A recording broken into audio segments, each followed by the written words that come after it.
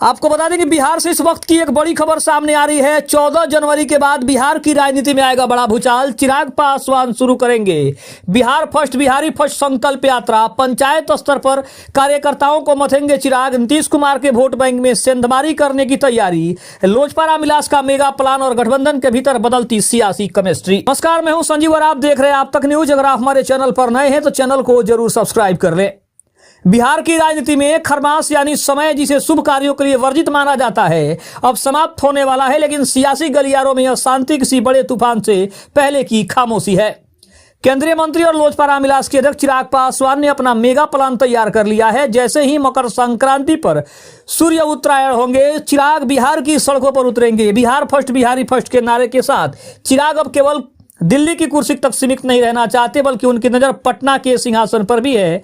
आज के इस बुलेटिन में हम डिकोड करेंगे कि चिराग पासवान का वो मास्टर प्लान जो बिहार की राजनीति की दशा और दिशा दोनों बदल सकता है। चिराग का प्लान केवल बड़े शहरों में सभाएं करना नहीं है, इस बार वे हर जिले की पंचायतों में जाएंगे। चिराग पासवान सीधा संवाद भी करेंगे। चिराग युवाओं और महिलाओं से सीधा संवाद करेंगे। बिहार के पिछड़ेपन, पलायन और बेरोजगारी जैसे मुद्दों पर जनता की राय लेंगे। इस यात्रा के दौरान वो अपने Bihar first, Bihari first vision document को घर घर पहुंचाएंगे, जिसमें बिहार को विकसित राज्य बनाने का रोड मैप तैयार होगा।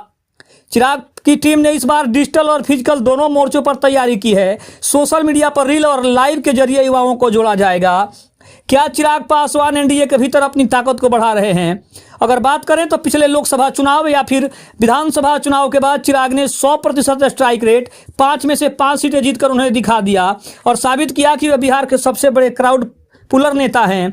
दूसरी तरफ 2025 के विधानसभा चुनाव में उन्होंने 19 सीटें जीतकर यह साबित कर दिया कि चिराग पासवान अब किसी पार्टी या फिर किसी दल के मोहताज नहीं है, बल्कि उनकी ऐसी पहचान हो गई है, उनकी ऐसी ताकत हो गई है जो वो किसी भी पार्टी को अपने साथ झुकाने पर और अपने साथ खड़े करने पर मजबूर कर सकते हैं। चिराग पासवान बनाम नीतीश कुमार की बात करें तो भले ही दोनों अभी गठबंधन में है, लेकिन चिराग का यह मेगा प्लान जदयू के लिए चिंता का विषय हो सकता है। चिराग उन क्षेत्रों पर ज्यादा ध्यान दे रहे हैं जहां जदयू की पकड़ कमजोर हुई है। चिराग पासवान केवल पासवान वोट बैंक तक सीमित नहीं रहना चाहते हैं, वे अति पिछड़ों और स्वर्णों के बीच भी अपनी पैठ बना रहे हैं। चिराग अपने पिता रामविलास पासवान की विरासत को आगे बढ़ा रहे हैं, लेकिन उनका अंदाज आधुनिक और विकास उन्मुखी है। बिहार के नायक के रूप में उनकी ब्रांडिंग की जा रही है। साफ सुथरी छवि, सलीके से बात करना और ज्वलंत मुद्दों पर बेबाकी उन्हें अन्य युवा नेताओं से अलग खड़ा कर रही है। तेजस्वी यादव की जन विश्वास यात्रा का जवाब देने के लिए चिराग का यह अभियान बेहद अहम माना जा रहा है।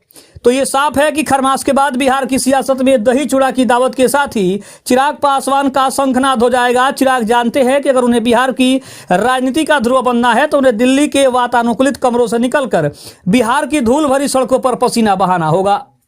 लेकिन आपको बता दें कि कहीं ना कहीं चिराग पासवान ने ये जो अपना विजन डॉक्यूमेंट पेश किया है, इससे साफ है कि आने वाले 2029 के लोकसभा चुनाव और 2030 के विधानसभा चुनाव की तैयारी चिराग पासवान ने अभी से करनी शुरू कर दी है। और ये इस बात का संकेत दे रहा है कि चिराग बड़े प्लान और मेगा प्लान की तैयारी में है और उसकी अभी से उन्होंने ये दिखाना शुरू कर दिया है कि चिराग सिर्फ अब एनडीए के भरोसे या नीतीश के भरोसे नहीं रहना चाहते, बल्कि वो अपने आप को इस मुकाम तक पहुंचाना चाहते हैं कि वो आने वाले समय में उन्हें किसी पार्टी या किसी दल का मोहताज नहीं होना पड़े।